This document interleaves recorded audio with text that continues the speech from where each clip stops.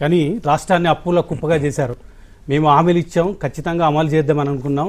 కానీ చెప్పిన లెక్కలు ఒకటి, మేము అధికారం చేపట్టిన తర్వాత ఉన్న లెక్కలు ఒకటి.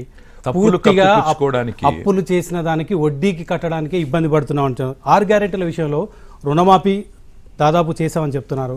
500కు గ్యాస్ సిలిండర్ ఇచ్చామని చెప్తున్నారు. ఆర్టీసీ బస్సులో మహిళలకు ఉచిత ప్రయాణం అని చెప్తున్నారు. 200 యూనిట్ల ఫ్రీ కరెంట్ అని చెప్తున్నారు.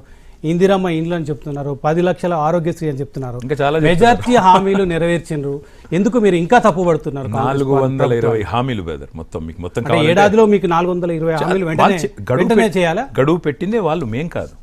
100 రోజుల్లో 6 గ్యారెంటీలని, సంవత్సరంలో ప్రతి కుటుంబానికి 2,50,000 రూపాయల వరకు సంక్షేమ పథకాల రూపంలో ప్రతి కుటుంబానికి 2,50,000 రూపాయలు ఇస్తామని చెప్పింది వాళ్ళు.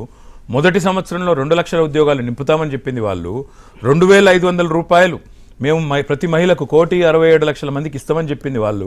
ముసలవ్వకు ముసలయ్యకి ఇద్దరికి 4,000 పెన్షన్ ఇస్తామని చెప్పింది వాళ్ళు. డిసెంబర్ 9 నాడే రుణమాఫీ చేస్తాం 2023 అని చెప్పింది వాళ్ళు. కాబట్టి గడువులు మేం పెట్టలేదు, వాళ్ళు పెట్టుకున్నారు. పెట్టుకున్న దానిలో చట్రబంధంలో వారిక్కున్నారు. ఒకటి. రెండవది, మీరు అన్నారు కదా ఇప్పుడే, మరి గడువు 5 ఏళ్ళు. గడువు 5 ఏళ్ళు మేం పెట్టింది కాదు. ప్రజాస్వామ్యంలో 5 ఏళ్ళు రాజ్యాంగం ఇచ్చిన గడువు. కానీ కాంగ్రెస్ పార్టీ ఏం చేసింది? ఓట్ల కోసం, ఓట్ల మోజులో ప్రజల్ని ఏదో ఒకటి చేసి ఓట్లు వేయించుకోవాలన్న ఆరాటంలో మొదటి రోజే రుణమాఫీ మేము చెప్పమన్నామా?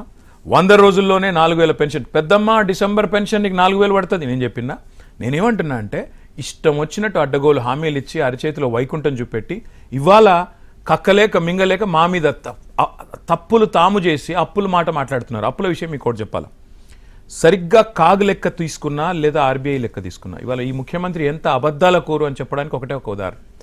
సిగ్గు లేకుండా మాట్లాడుతున్నాడు. నెలకు 6,500 కోట్లు అప్పు కడుతున్నా అంటున్నాడు ముఖ్యమంత్రి. నేను ఆర్బీఐ డాక్యుమెంట్ మీ చేతిలో పెడతా.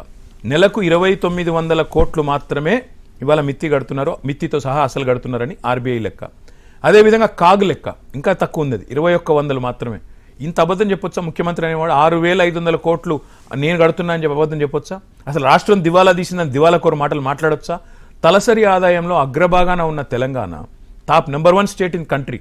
అట్లాంటి తెలంగాణను పట్టుకొని అప్పుల పాలైపోయింది, దివాలా తీసిందని చెప్పి ఆయన మాట్లాడతాడు. వ్యవసాయ మంత్రి ఏమంటాడు? మాకు ఎవడు అప్పిస్తలేడు. మరి మీ ముఖ్యమంత్రి దివాలా కోరు మాటలు మాట్లాడితే అప్పెవడిస్తాడు? మరి ఇయ్యరు కదా.